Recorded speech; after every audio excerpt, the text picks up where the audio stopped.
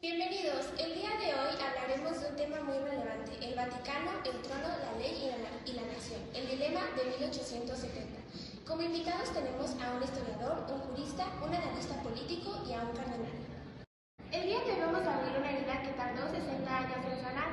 En 1870 Italia se unificó a costa de la Santa Sede, pero me gustaría comenzar con usted, señor cardenal. ¿Por qué la Iglesia se aferraba a un territorio cuando el mundo pedía democracia?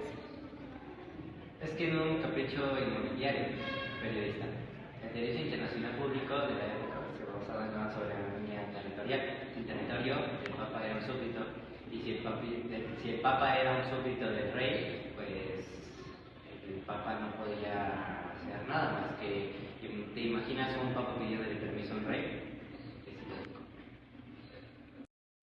Pero cardenal, sea honesto. Yo como analista sé que en 1860 el ejército papal ya no asustaba a nadie. Ustedes dependen de las bayonetas francesas, entonces eso se llama como un estado fallido.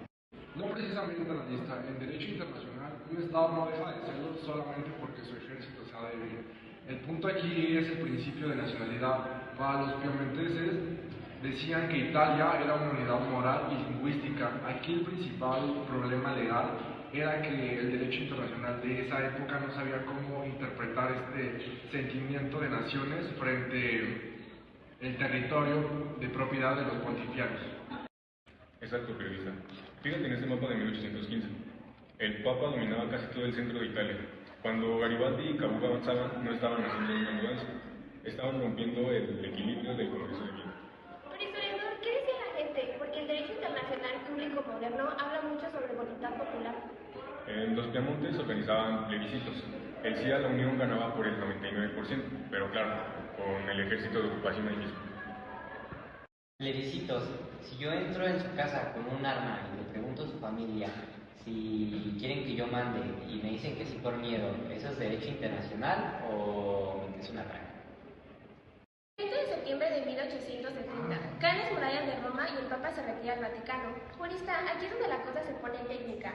El Papa pierde Roma, pierde los estados pontificios. ¿En ese momento deja de ser un jefe de Estado? Fíjate que es una pregunta muy interesante, pues según la doctrina clásica de la época, sí, sabemos que sin territorio no puede haber Estado, pero ocurrió algo inaudito. Las potencias del mundo seguían tratando al Papa como si hubiera seguido siendo el rey. Es aquí donde el derecho internacional intervino y creó una nueva categoría llamada sujeto atípico. Eso es mentira, jurista. Italia sacó la ley de garantías y le dijeron al Papa: no tienes tierras, pero te damos inmunidad diplomática y un fuego. Y el Papa Pío IX la tiró esa ley a la basura. ¿Por qué? Porque era una ley interna italiana. Si el Parlamento italiano la hizo, la podía quitar. En el derecho internacional público la soberanía se reconoce, no se regala por una ley nacional. Historiador, cuéntanos la verdad de cómo se vivía esto. ¿El Papa se declaraba prisionero? ¿Realmente estaba encerrado?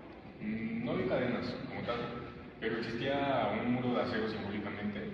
El Papa no salía del Vaticano para no reconocer el poderío del reino italiano.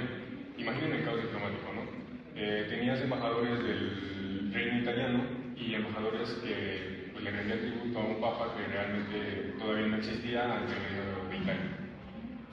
Era un ridículo internacional. Italia quería ser moderna, pero tenía un fantasma soberano en medio de su capital. Pero fíjate la lista que ese fantasma seguía firmando concordatos. Sabemos que un concordato es un tratado internacional que si el Papa no hubiera sido siendo sujeto de derecho, esos concordatos que firmó hubieran sido papel mojado. Entonces nos damos cuenta que el derecho internacional puede ser un poco más flexible de lo que pensábamos. Pasaron 60 años en ese limbo hasta 1929. Mussolini y el cardenal Gasparri se sientan a firmar. Analista, ¿tú crees el poder? ¿Por qué tardaron tanto? Porque ambos bandos necesitaban el estatus desesperados. Mussolini quería que los católicos del mundo dejaran de ver a Italia como el país que adoraba al Papa. Y la Iglesia necesitaba una dirección postal oficial. Seamos sinceros, un negocio de conveniencia. Fue un reconocimiento de la realidad. El Tratado de Letrán creó el Estado de la Ciudad del Vaticano. Pero ojo, el tratado dice que Italia reconoce, no que crea. La soberanía de la Santa Sede nunca murió, solo por eso va a ser territorio. Es brillante desde el punto de vista del derecho internacional público. Se creó el Estado más pequeño del mundo simplemente para servir de percha a la Santa Sede. Pero jurista, explícanos eso de la percha. ¿El Vaticano y la Santa Sede no son lo mismo? Para nada, la Santa Sede es como el gobierno de forma espiritual, mientras que el Vaticano es el pedazo de territorio que podemos ver en el mundo.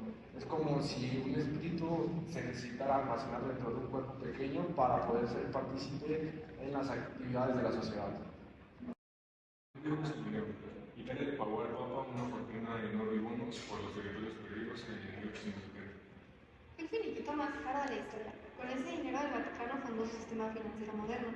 Al final, el derecho internacional le puso precio a la unificación. Estamos llegando al final, pero ¿de qué nos sirve entender esto hoy? Historiador, ¿el mundo sería igual sin este conflicto? No, para nada. La unificación italiana fue el primer gran experimento para crear un Estado-nación moderno, desafiando a una institución milenaria. Esto pues nos enseña que las fronteras son dinámicas y que también pues las instituciones con poder suave son difíciles, muy difíciles de borrar. Nos enseña que el derecho internacional no puede ignorar la dimensión moral y espiritual. El Papa viaja por el mundo no en tanque, sino porque su soberanía jurídica es reconocida por todos. A mí me enseña que el derecho internacional es una plástica. La moneda simbólica de la guerra. En 1870 ganó Piamonte, pero en 1929 ganaron ambos sin unir las casas. Yo me quedo con que el Vaticano es el modelo para las organizaciones internacionales, tanto la ONU como la Cruz Roja, etc., cuentan con privilegios diplomáticos que hemos aprendido a gestionar desde que el Papa perdió sus tierras en 1870. En esas mismas circunstancias es donde se inventa el derecho diplomático moderno. Entonces, para cerrar, ¿Italia realmente es dueña de Roma? Roma es de Dios, pero Italia lo administra bajo tratado. Roma es la capital de Italia, pero el espíritu de la ciudad sigue siendo universal, gracias a esa autonomía legal. Unificación, guerras de abogados y un estado de 44 hectáreas es lo que nos incluye a millones. Al final, el derecho internacional público es el guía de nuestra historia. Muchas gracias a todos por esta gran plática. Gracias por invitarme.